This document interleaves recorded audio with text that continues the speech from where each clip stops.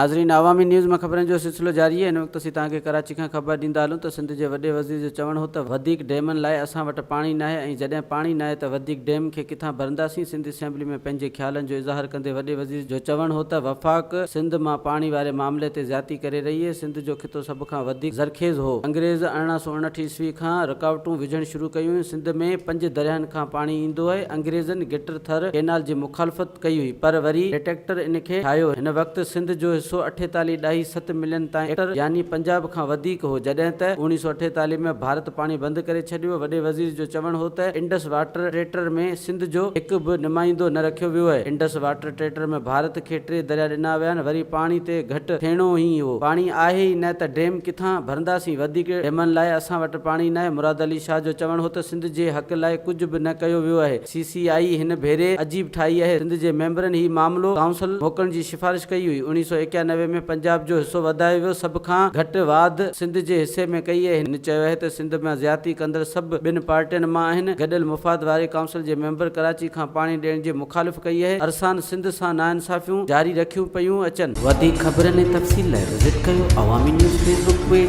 YouTube page ऐं अवामी news website.